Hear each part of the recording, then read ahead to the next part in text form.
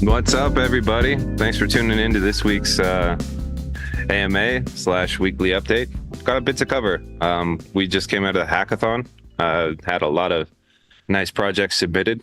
One thing that QX wanted me to mention is that you, as a community member, actually have the ability to vote and control some hackathon rewards. So those of you that are interested in kind of digging into perhaps what different people have built, you have the ability to join a community DAO, Paideia, where they have tokens in a faucet that you claim. The instructions are embedded in the tokens, and I'm sure that we can get some kind of social media coverage on that from the Sigmanauts account to try to get people that are out there involved that want to look at some of the cool stuff that people have built.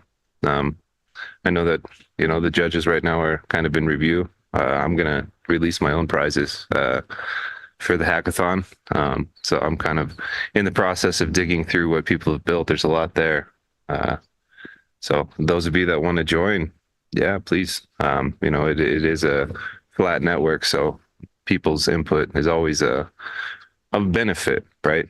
It is a peer-to-peer system at the end of the day. Another big news that we have this week is going to be that Rosen is going to be launching the bridge Friday, based on current test trajectories. We've updated the guard layer. Watchers are in the process of updating their instance, and that's actually pretty important because we're going through kind of a major upgrade to where people that are not on top of kind of being a service operator in the network are potentially at risk of being slashed. So everybody out there, please, keep your head over your toes, pay attention, update your instance. I don't want to see anybody suffer the consequence of potentially getting slashed. But that is something where if you're going to be a network service operator, you got to keep your operation live, right? That requires some type of maintenance or focus. Hopefully nobody out there is going to get caught in that, but yeah, please keep your eyes open and pay attention if that's something that you're running locally. With us today, we have a special guest, new to the AMA at least. He's been around in the community for a while. Just met up with him quite a few times in offline events, talked with him quite a few times. Sam from Zengate. So I like to call Sam sometimes Dan's business wife, where if you really need to get things done, that's the guy to go. That's the guy to go to because he always is on top of things. So how are you doing today, Sam? Yeah, great. It's I was just talking to Joe just before this thing, the live stream went on. I've been watching this for a number of years, and it's quite nostalgic. Dan will be joining soon as well, and I actually entered the blockchain space a number of years back. I sort of got interested in blockchain mainly out of the insurance sector. I was my first startup that I ever tried building was in the insurance space, trying to automate claims. And this was like pre-ChatGPT days where we're trying to basically automate these legal documents so that there were claims workflows in place so you could make things faster. And I got fascinated about the idea of parametric insurance, and I still am to this day. And I attended a Cardano summit. I saw Dan speak. And yeah, over the course of those months, I tuned in, was listening to the Ergo AMAs. Dan was speaking, and here we are today. I'm on it for the first time, and it's pleasure to be here. Yeah, it's great to have you. So what's the latest on the Zengate side? I know that there's quite a few people that watch due to Dan's kind of exposure in the Ergo ecosystem. So what are you working on? Yeah, it's a lot of announcements. We're just going through we just kickstarted an announcements campaign. A lot of partnerships have been in the work for a while. One of the big ones that was just announced was with World Mobile. We have a go-to-market strategy that we've been working on with them to, effectively focus on connectivity. Starting off with internet access, followed by trade access, and some of the solutions we're working on. We're extremely excited, just from a values and mission point of view, extremely aligned, and their team is incredibly experienced and focused, and excited to be working with them. There's a few other ones coming out Yeah, we just announced one with USDM, which is I think it's the first reserve-backed stablecoin on Cardano. It's just surpassed, I think, 3 million US dollars minted on chain. They're a great team as well. A strong focus on compliance, and we're going to need some of these solutions when we've got transactions happening on chain as opposed to through the fiat payment rails that we're currently having to rely on. And then also later down the line for trade financing solutions, which is effectively allowing DeFi participants to lend money to producers and to buyers and traders who are looking to access capital at more favorable rates. So yeah, really excited about that. On the product side, we've just started working on implementing the actual user interface for the traceability applications. We ran a series of pilots before, one with one of the largest gold wholesalers out of Thailand. That was about a year ago. And we've been working on the Winter protocol for a while now, which is our open source traceability and tokenization standard. It's been worked on by two famous Ergo devs, LGD and GPI, and I think they're in the process now of doing the smart contract upgrade. So this is our V2, and yeah, hoping to just get something out live. So yeah, really just a lot of movement on the partnership side, but the product side as well. It's just on fire, and the whole team's pumped up. And the Winter protocol is powered by Ergo's tokenization technology, and it's incredible. The fees are favorable, the UTXO structure is favorable, and yeah, we're really excited to showcase this to the public. Awesome. Another big project that has a, let's say, big update or event that people should be paying attention to would be duck pools. I don't know how many people out there are familiar with duck pools, but it's a open source lending protocol. I think Crass has really done an amazing job, and he's in the process of working through kind of the 2.0 milestones, where the first thing was kind of this idea of continuous yield, kind of updating some of the smart contracts in the back end, and they have quite a nice roadmap in terms of the later stages of 2.0, where they go through upgrading the UI, and kind of prepare. I do hope that as Rosen scales across new ecosystems, we bring in some liquidity that can leverage, data, perhaps Bitcoin, and try to really build TVL in the Ergo ecosystem. We've done a good job of building, I would say, a credit system there with the clear assumptions. So those of you that are not aware, I do believe they're approaching another funding round where, so far, relative to the capital input, they've been able to out-deliver, I would say, pretty much most DeFi products in the space, and they've done so in an open source manner with good documentation. So I'm always about trying to support duck pools and what Crass is building, because I think he builds it the right way. So those of you that are not familiar with that application, it's something that strong foundations are something that you can really build on long term, right? And I do think that having kind of this open source interoperable solution that they're working on is powerful. I know that they did have a hackathon project with option pools that starts to deliver more advanced financial products in DeFi and Ergo, which is great to see. So those of you that are out there, pay attention. It looks like Dan finally joined us. How you doing, Dan? It's not Dan, it's Dan's AI. Dan's AI. Hey, so Joe, I see you're still outdoors. Have you remained outdoors since yesterday, or are you did you go inside at all, or? It finally melted around here. Man. You got to be outside and get the sun while it's. Oh, well, it's only freezing. Middle of June. Yeah, of course. It's, less snow just melted on the ground, where it's sweater weather now, right? You guys are ready for the summer. Getting there. Getting there. So what's new on your end, Dan?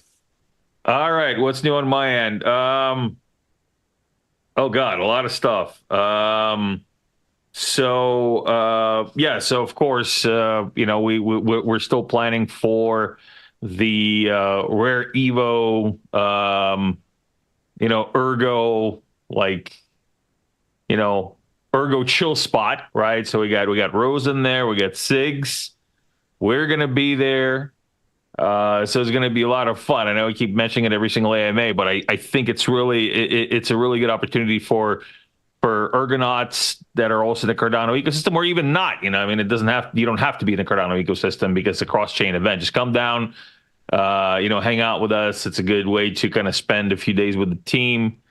So that's really good. Also, I'm still working on attracting new new funding sources for Ergo Hack.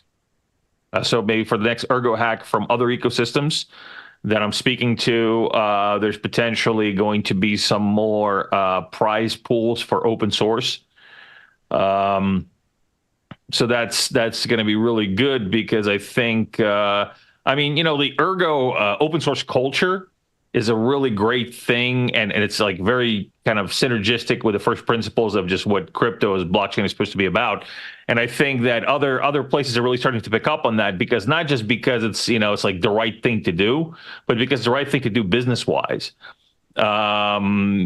We were just talking about that on the mainstream, right, yesterday, how it's not just about like, yeah, man, we all got to share in this, man, peace and love and all that. It's not about that, right? It's about, okay, so why do you want to create open source over closed source? Because open source, it decentralizes your collaborative community.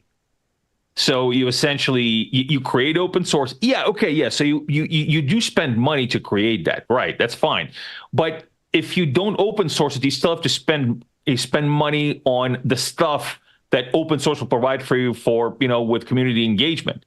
People don't really think about that, and when they think about, well, why would I make something open source if I spend $1 million on it? I'm like, well, do you want to spend $2 million on it? Because you still have to take it through testing, through load testing, through like all these things that you still have, even after you wrote the code, you still have to take through all these different things that cost money. And actually those parts actually sometimes cost more money than the actual development.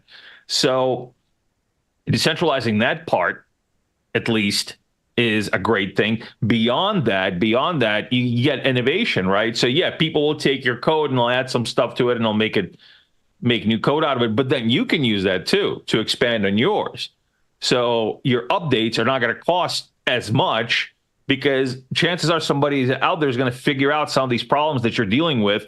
So you don't have to spend another $1 million figuring out these problems, right? And that's why it's very important to us at Zengate to do as many things open source as possible, because it gives us the opportunity to have a much more, much more equilibrium in our bandwidth, which is great. And I guess, and of course, the other thing is auditing, right? So you get all these independent auditors on the code that are not influenced by getting paid, right? So that's something else.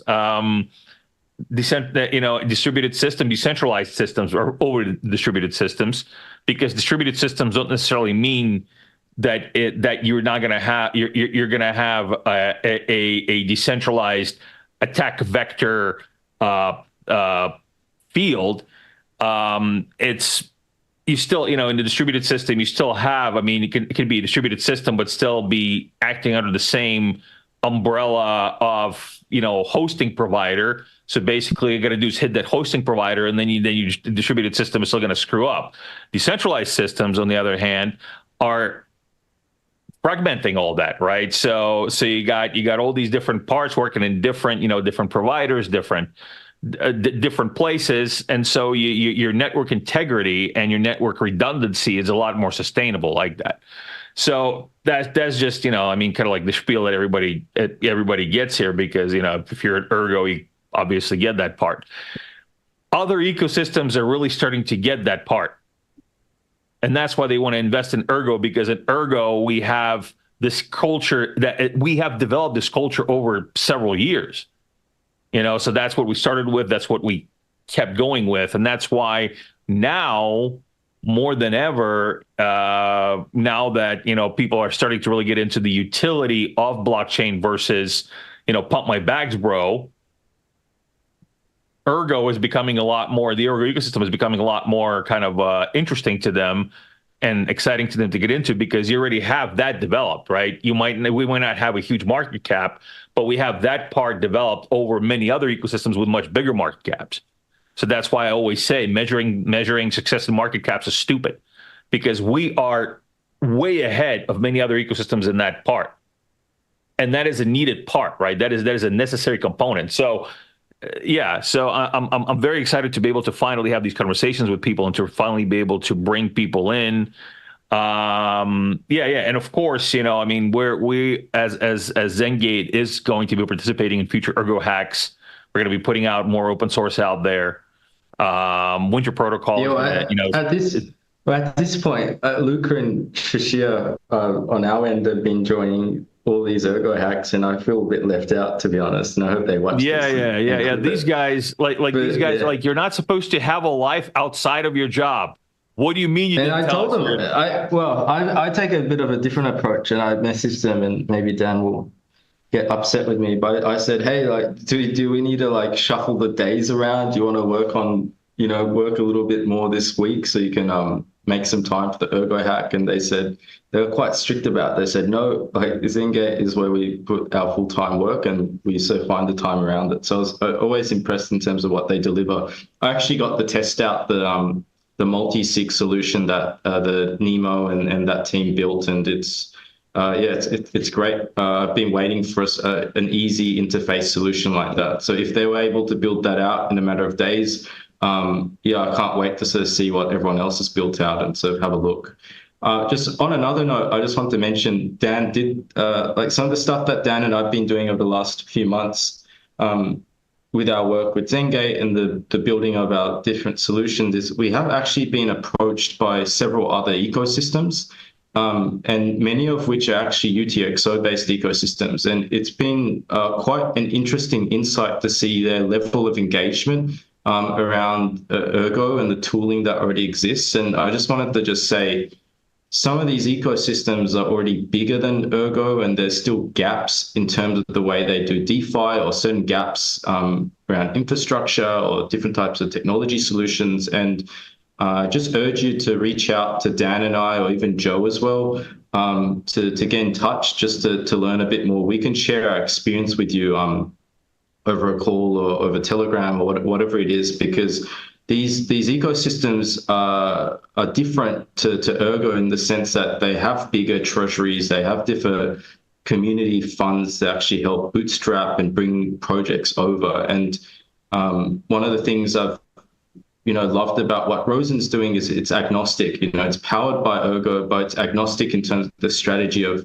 how it can connect different ecosystems. And there's an awesome strategy in place where as Rosen connects into other ecosystems, other Ergo projects can benefit from this stuff as well. And the most interesting conversations we actually were having are around UTXO blockchains and their search for strong development talent. And one of the first things they ask is, do you guys open source? Yes. Great. They love that. The second question they ask is, can you deliver? Do you have experience building a UTXO blockchains? Yes. Tick. They love all of this stuff. And it not only just helps your project, but provides more, attention and eyes and focus on all the great stuff that Ergo has. So I know a lot of projects out there use open source on the Ergo side. Yeah, definitely have a look, and it'd be awesome to see more expansion. I know our own guys working on the Phoenix Finance side, they entered a Lithium hack, did really well there. I think they're even flying MG Pi out to Greece for some stuff before he comes to Japan to work with me for the next month or two. Before you give him more time to work on Ergo hack versus our core tech. Thanks, Sam. That's all right. The core tech is out and it's delivering. So that's fucked up, Sam. We're gonna have to have a talk, Sam. That's why you're smaller than me right now, Sam. You're much smaller than me. The aspect ratio is much smaller because of that. I hold Erg, and I have a responsibility to the ecosystem at the end of the day. So I do my part where I can. We're gonna have to have a talk about this, Sam. You know what? No. Let's get to some questions here. So there's actually a question from FP. Let me see. Okay, so here's the question. Flying Pig says that Ergo has somewhat a confused identity. How do we explain to the masses in a language they understand? You're not allowed to use technical words like NIPAPOW, zero knowledge proof, Sigma protocol. So this has come up several times, and I guess I'll let Sam and Joe answer this one as well. But look, I think the problem that we have in Ergo is we think that we need to be like the cool kids. And the cool kids are the ones that have bigger traffic, bigger degen traffic, bigger market caps, and bigger pump my bags. I know people are going to be like, no, Dan, but really, I mean, come on. We want to have the traffic of Solana or something, right? Or even Cardano or something like that, right? So Ergo, if they had the traffic of Cardano, would be like, yeah, okay. We're getting the recognition that we need. Now, the thing about it is, and why I've never actually had an issue with the two that, working in both ecosystems, is that they're like completely different. It's like working with trains and planes,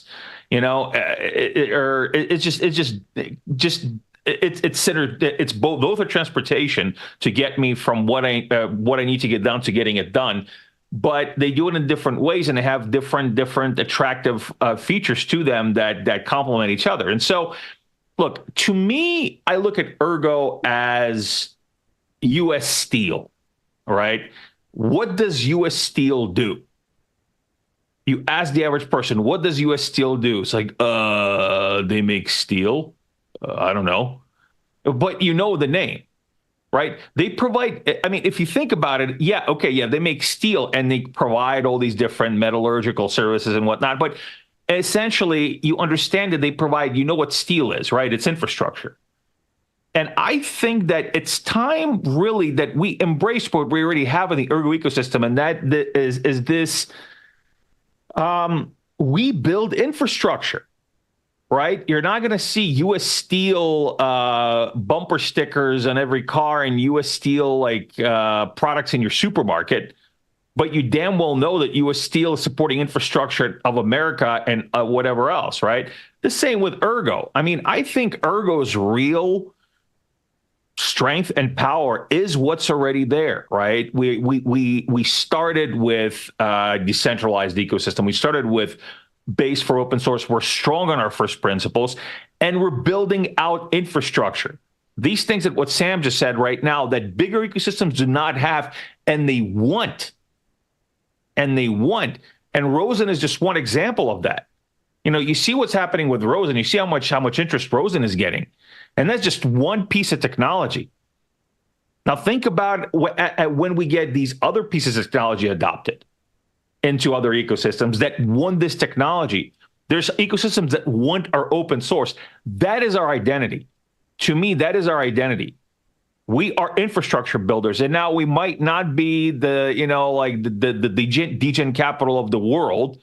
We don't need to be. And I think that this is a much more sustainable arc for growth, because we can still do what we want to do. We can still create what we want to create, but not have to really, we can be focused. So to me, that's the identity. Now I don't know what you guys think about that. Maybe I'll give Joe a go at this one. Sure. So I can't use what are the words? You can't use any technical terms. Okay. Well, I would say, I've been involved in Ergo for 3 reasons that are actually relatively simple, but they're super complex issues. Okay. So the first one has to do with this idea of fair money. Cryptocurrencies kind of started to create an alternative to the fiat money printers that exist in the world, right? And it's important to understand that, everybody is still, I guess, valuing crypto relative to fiat, but that's more or less on its own, let's say, printing journey, right? You can look at the dollar and kind of the unfunded liabilities and how money supply is expanded and how that's in essence like devaluing the currency itself in terms of purchasing power. So this idea of fair money has always been like important to me in the cryptocurrency space. And I think proof of work really offers the best mechanism of fair distribution, right? Where in some systems, I would say like proof of stake to me is more social money, right? Where you have, let's say a monetary supply that's, the setup, and you usually have a massive, allocation that's then distributed to early participants that have just a natural advantage, right?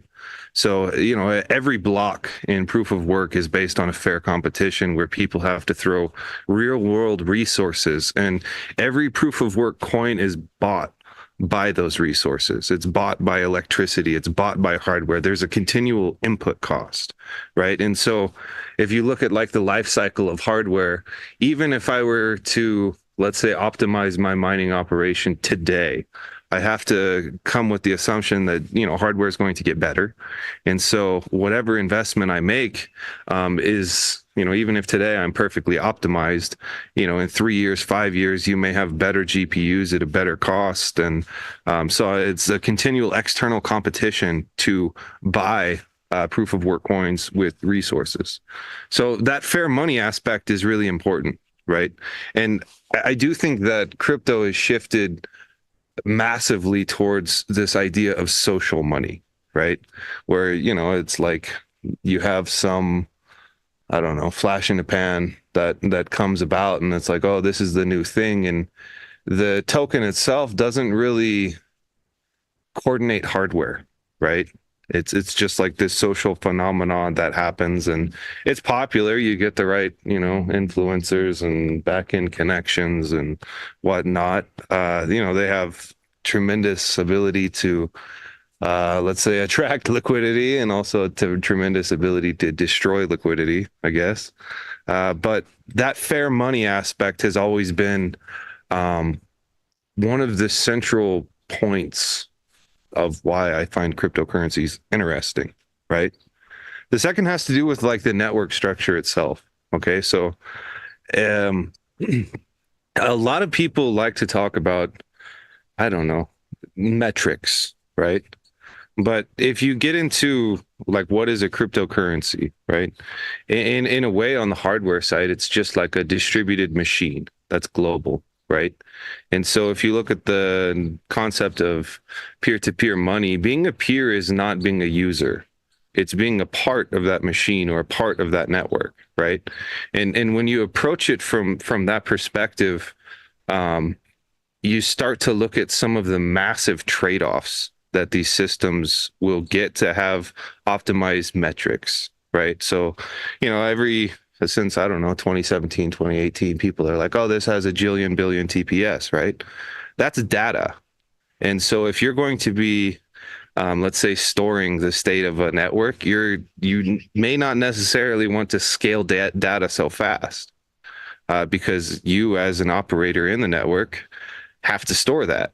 And so what happens is, a lot of things either don't have history or they outsource history. And then if we get into this idea of finality, which is another, sex machine in the cryptocurrency industry. If you want fast finality, you can't really have a flat network. Proof of work is designed for finality based on energy input, right? The further down the chain, the more probabilistically secure it is. Versus this idea of we're going to have a couple of select actors in the system that are able to essentially force settlement at a rapid pace. That creates an uneven distribution of power in the network itself. And so for me, this idea of a flat network that, I can come into and I can equally compete. Whenever I join the network, I can throw hash rate at a block. I have like an equal footing.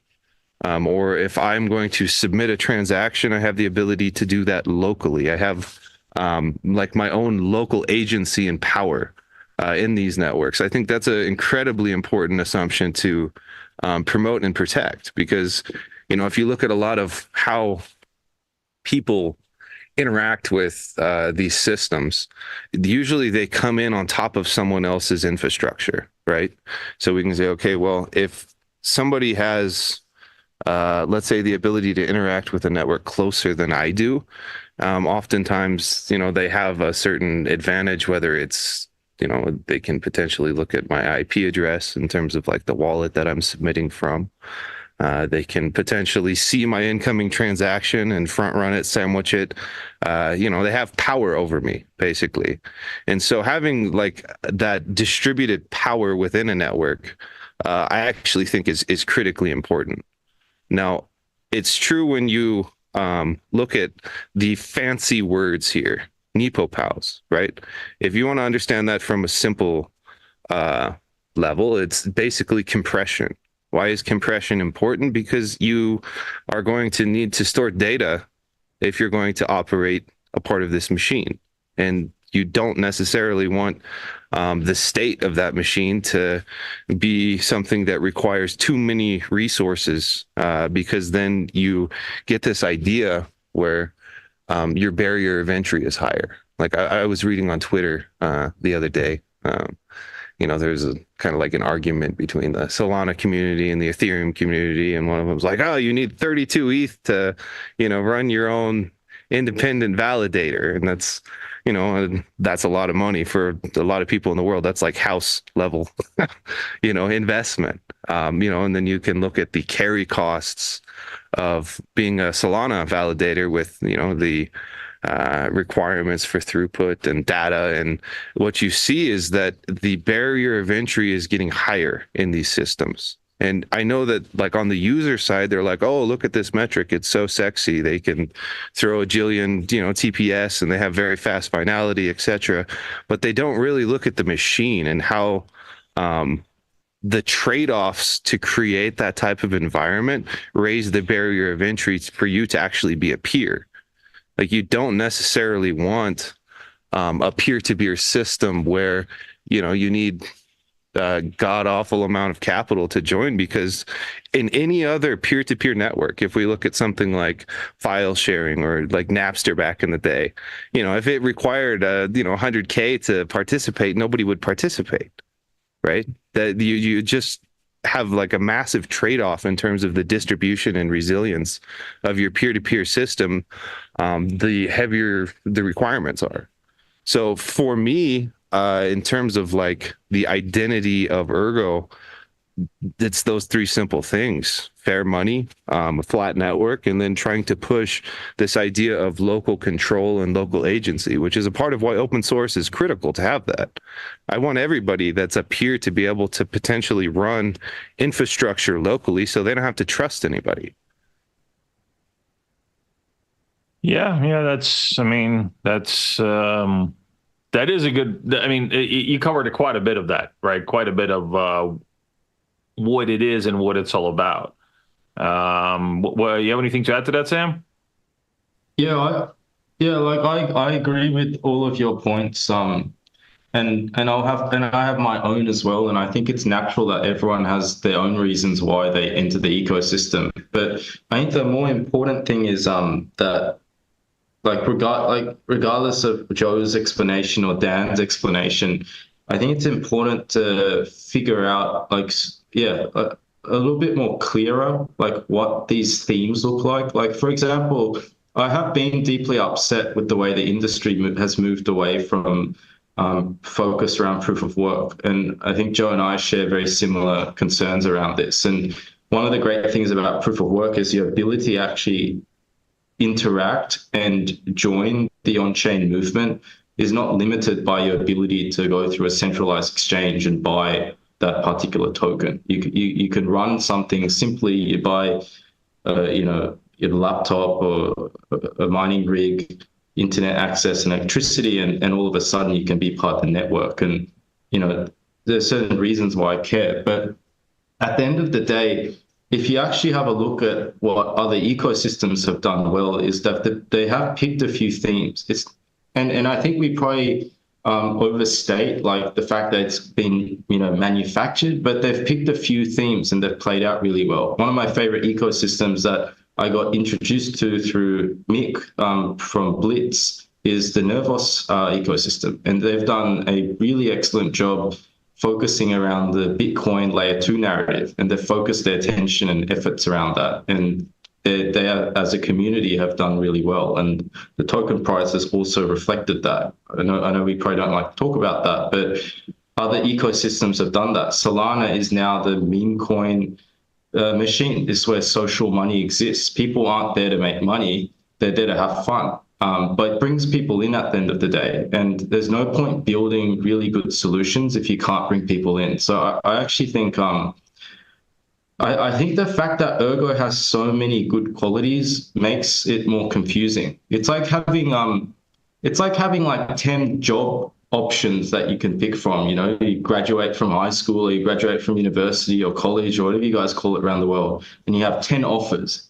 It's way harder to pick which one unless you just had one offer, right? Or 3 offers. So I think in order for this message to go out, we just have to pick a few themes, and some might be cyclical, some might make sense this round, some might feel like it doesn't make sense right now, like some of the stuff that Joe and I have talked about before around proof of work, and we just pick that and stick by it, and if it catches and it brings the right people into the ecosystem, this isn't a BS ecosystem where we've just talked about how we're going to build stuff. There are solutions here already, so people will stay, but you have to actually focus on that funnel. And I actually do agree. I think Ergo does have a bit of a confused identity, and I think as a community, we just have to pick a few themes that we can get excited by and onboard more people. Because at the end of the day, what's the point of having sound money, having the ability to interact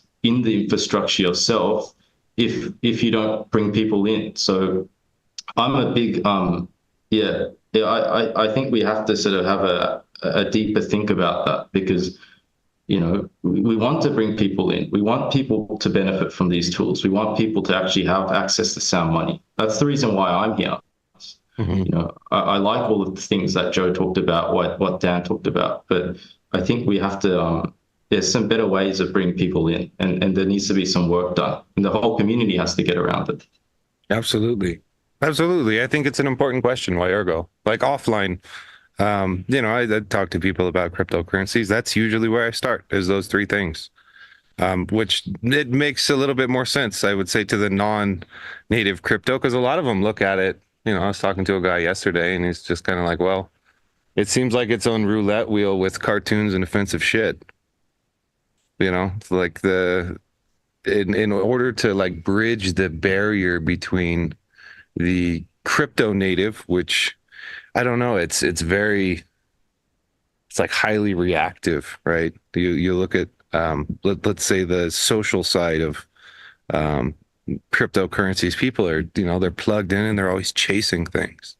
And then, so there's like this idea, hey, we need to model our marketing around whatever the sex machine of the moment is that's holding people's attention. But that usually rotates and flips around, and, it doesn't have a lot of staying power, in my opinion. The narrative or theme or shift or whatever. And there's a lot of stupid people out there that I think just like, I don't know, they use their social influence to try to direct that narrative to create exit liquidity. That's the simplest way to put it. And, I don't respect a lot of those people, because they're here to more or less grift on everyone else, right? I tend to think that, if we look at like sound, resilient solutions long term, we need to be more serious. And that's not necessarily the short term hype or sex machine that a lot of people are attracted to in crypto. But I do think that if we're going to build resilient value, that takes time, right? You can look at, the Ergo ecosystem. We've been plugging away, building kind of open source network, a ton of open source applications that I think offer better local agency and assumptions than most things in the space.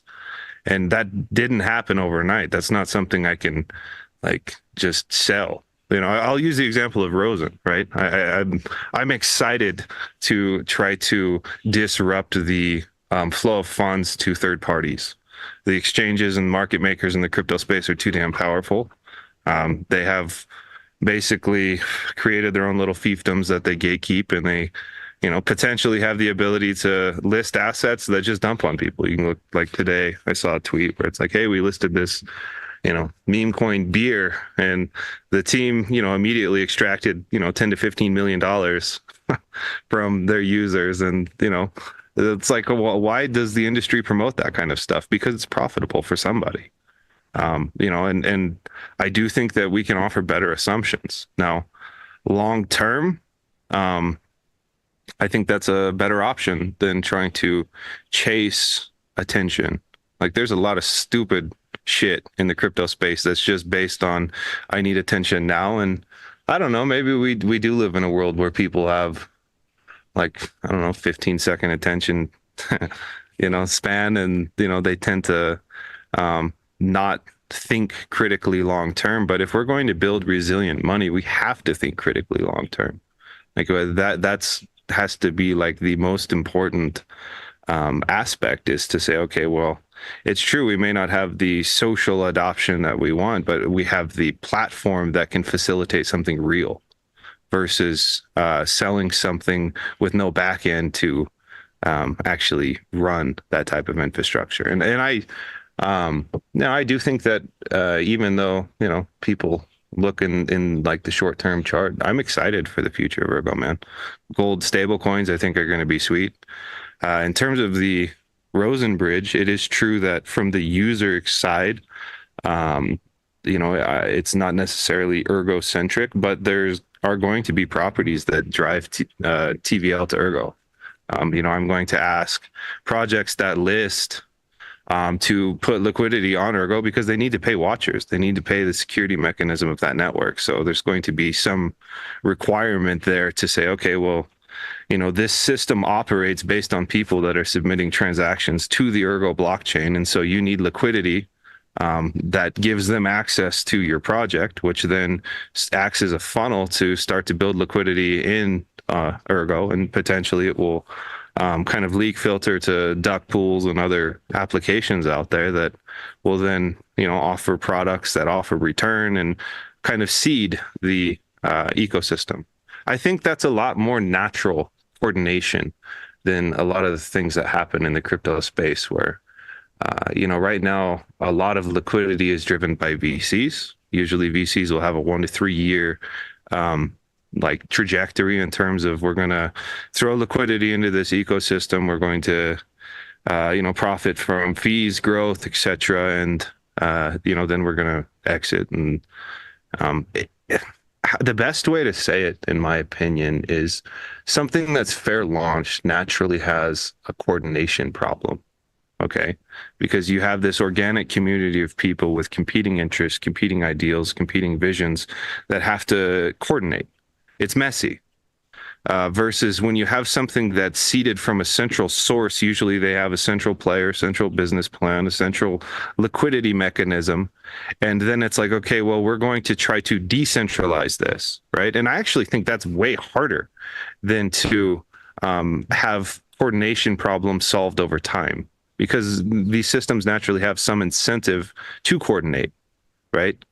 And so I do think that even though taking the coordination friction long term is painful, because it requires growth and kind of like a organic community to grow and then coordinate and create this interconnected web of systems, it's actually better long term than having one person with, or one major fund with all of the liquidity that's driving all of the development, that's driving the roadmap, that's driving the narrative. And you get these extremely well polished pitches. You usually get extremely well polished marketing, and I think the user experience tends to be very well, let's say, designed. But a lot of that back end coordination just isn't there. So it's a different approach. And I can't say that, if people expect us to like immediately compete with a centralized system like that. It's just not how coordination evolves. But the thing is, when you have a decentralized ecosystem that does coordinate, yeah, you'll get competing messages. You can look at Bitcoin over the years. They've had, a lot of different narratives that they've rotated into. It's peer-to-peer money, it's resilience money, it's, store of value, it's this, it's that. Now it's ETF bank money. I have no idea. And all of them have been somewhat true and somewhat false, right?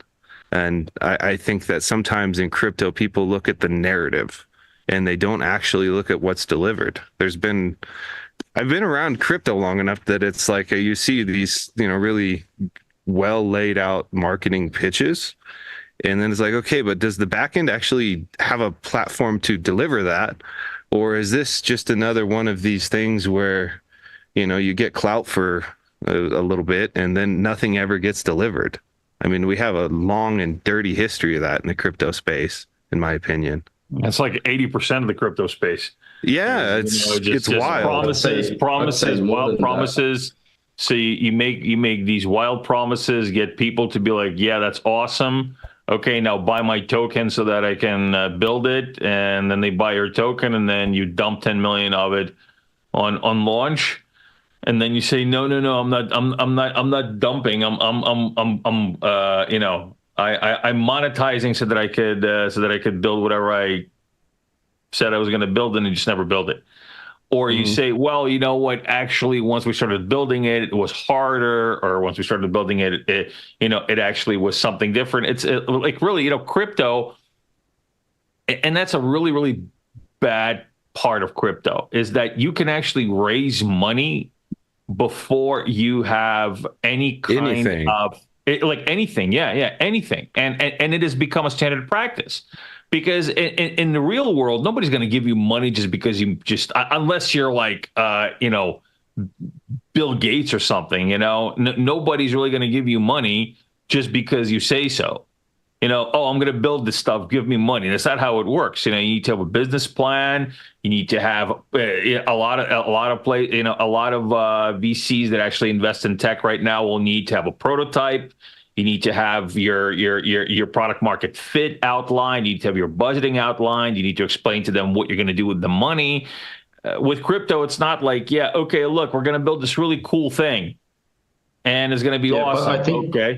And I think the reason is it's just like the trade-off of digital assets, right? Like one of the things that everyone talks about with like real-world asset tokenization, for example, is you can now make illiquid markets more liquid and global, right? And that's such a great thing. The ability to fractionalize bonds on chain, the ability to fractionalize real estate or diamonds or commodities and give access to people from other markets, let them speculate, let them hedge. Like that is so difficult to do in traditional markets. And you think about the way startups raise money, typically, you go to friends and family and you say, hey, we're doing a friends and family round. Can I borrow like $100,000 or $50,000 or $10,000, depending on where you are? I'm going to build this. And they go, okay, and they'll help you out. Maybe it's just an idea then. And then you go to the next round. And venture capital firms in normal in the venture capital market for private equity. So this is in the equity markets. It's they have to wait years until they actually get a return. They have to actually wait for liquidation events where it only happens in three ways. You either sell the business, you sell your equity in the private market via secondary sale. So you might sell your stake to another venture capital fund or a private equity fund, or you have to wait until you IPO. Like how many businesses IPO? Not that many, I can tell you that. Right? Yeah. IPO markets also haven't been that hot. You have other mechanisms like SPACs and whatnot that were around a few years ago to list. But in normal markets, it's hard. It's hard. And I think it's actually hard to get your money out, right? And in crypto, it's reversed. Like that whole seed to Series F, the IPO structure that you would get in traditional markets is condensed into a matter of maybe 2 years if you're lucky. In some cases, 6 months, some people raise, and they won't raise again. So the incentives are completely flipped. And I think it's a trade-off, right? Like that's what you get with digital assets. And because you're not relying on other funding rounds later down the line with crypto, it's you're not really held to account, right? In the private equity markets, you raise a bit of money, you then have to do what you have to do to get to that next stage, and then you can go and ask for more investors again and say, hey, I got to this level, I want to get to this next stage of growth. This is how much I need to get there. But you don't have that. And what makes it worse is the time required to get your money out is so small now in the crypto space. And it doesn't help because these assets are liquid. And if you coordinate this stuff, like what Joe was saying earlier with market makers and centralized exchanges, and this is the way the game is played, you have access to these markets in a liquid way. It's designed in a way to allow you to be able to sell your positions without disrupting the price. And that's the system that we're in right now. And I can't say I'm a big fan of it. It's insane. That's the truth. No one talks about it, but that's the truth. You put money in, you can get it out in 6 months. That's absurd. That's absurd. The only time you can ever do that is if you lend money to someone and you know they'll pay you back, or you buy public equity that you know you can trade. Like that, like how often does that actually ever happen where you put money in and you can get it out straight away? It's sort of uncommon in non-public markets. So that's sort of the trade-off that we get. And like no one talks about this, but this is the way it's done. It's insane to think like I started a meme coin and I dumped in 3 days. Like, yeah, that's functionally insane in my opinion. I understand like that's possible, but the attack surface of that is just wild. And that's a part of why sometimes things just don't get built, right? They just don't get built in the crypto space. So, you know, we've been through the ICO thing of Ethereum. How many of those actually converted into like something that was technically feasible, that had a back end to support the narrative that they essentially used to sell the company or the application? Very, very, very few. Why do you need to build? Why do you need to build if you can just print more money? That's the problem. That's what it is. You know, they just printed more money, and that's what happened. You know, they printed money. They sold you a dream. You said, okay, yeah, this is real money. You bought the dream. They're like, yeah, if it's real money, I'll take some of that and convert it to other realer money. And then you're left with a bag of worthless shit, and they're left with a bunch of money that goes back into fiat. You know, which is ironic. Yeah. But I think the market mechanism that sort of consolidates and sort of puts a little bit of a lid on it are these market cycles, right? So the economy has been sort of weird the last 15 years because of the excessive money printing, like that we can all agree on, I think. But most of the time you get like pretty standard business cycles. It's normal for economies to tank a bit, to consolidate, you know, fix some policies, get rid of the bad stuff. There's a terminology in economics called zombie firms, and there's a bunch of research that's been done on it. And it's basically these firms that have been able to survive because the rate of borrowing capital was so low. But the good thing about these crypto cycles is, yes, like when the market's hot, every other person loves crypto, your grandma loves crypto. It's so easy to raise money, to print money, to extract value out of these ecosystems and basically like literally steal money from the community as what is literally happening. The trade-off and the mechanism to put a lid on it are these sort of, 2-3 bear market periods. And that's really the most exciting stuff, because all of a sudden it does get hard to raise money. You can't just, like during the bear market, you can't just like print money. You can't just like launch a project out of the blue. It becomes really hard. You're forced to go back to the way you would typically do it in the traditional markets.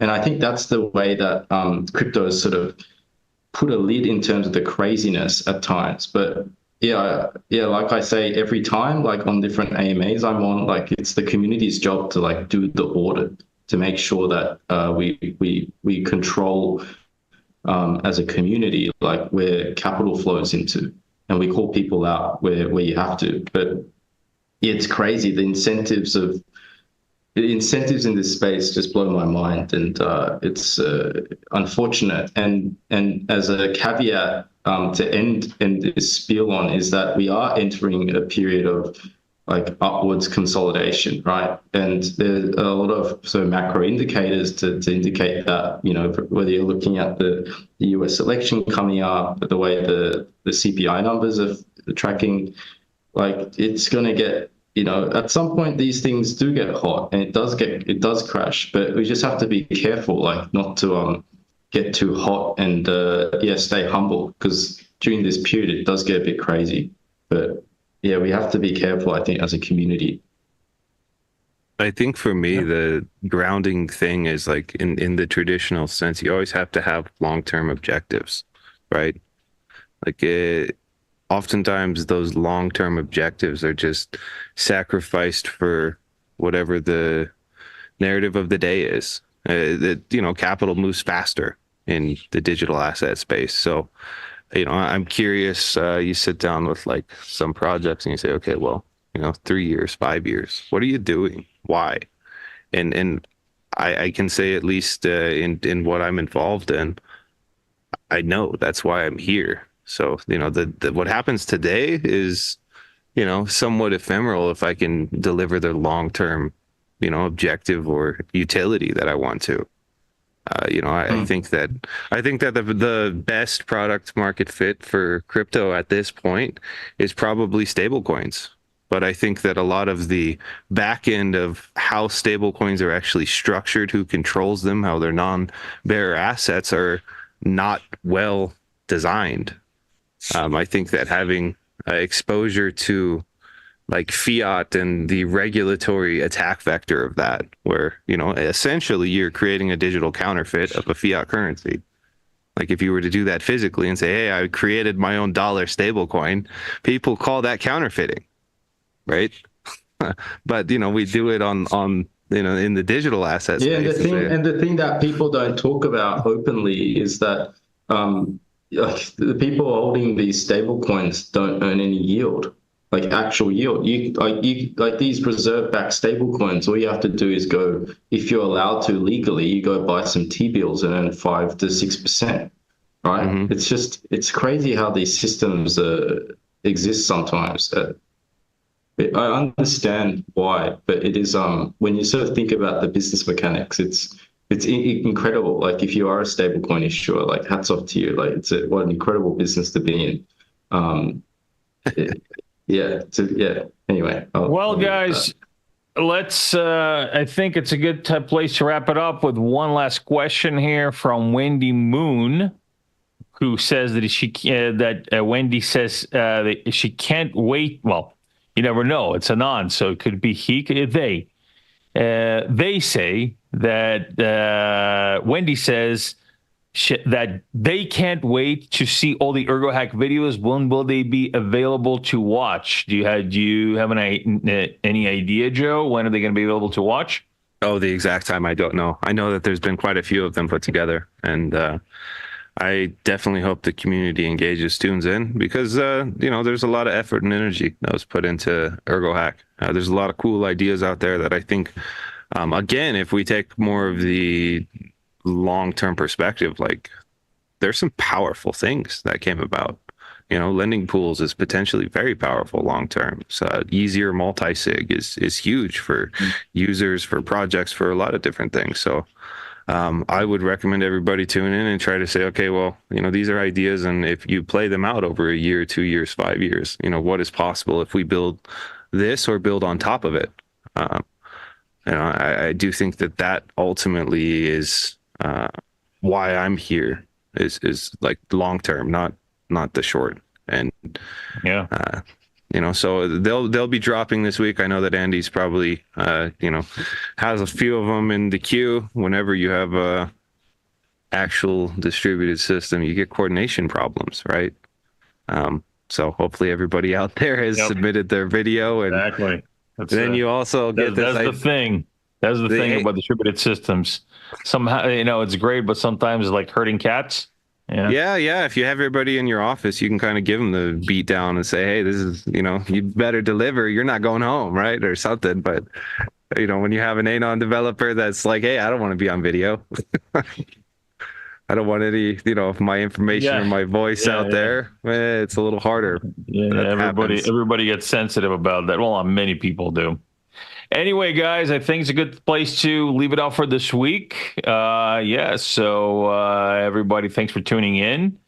Next week, same time, same place, same channel. The Ergo Foundation YouTube channel, that is. And so, thanks for stopping by, Sam Lambert from Zengate Global. Joe Armeanio from the Ergo Foundation, and I'm also okay. Hey, we're all connected. I see. It's a good thing that we got these subtitles down here. It helps. It helps. Anyway, guys, thanks for tuning in. Thanks for joining, and thanks for all the questions. And until next week, this is Dan coming to you live from Japan, signing off. Have a good one, everybody. Yeah, thanks for having me.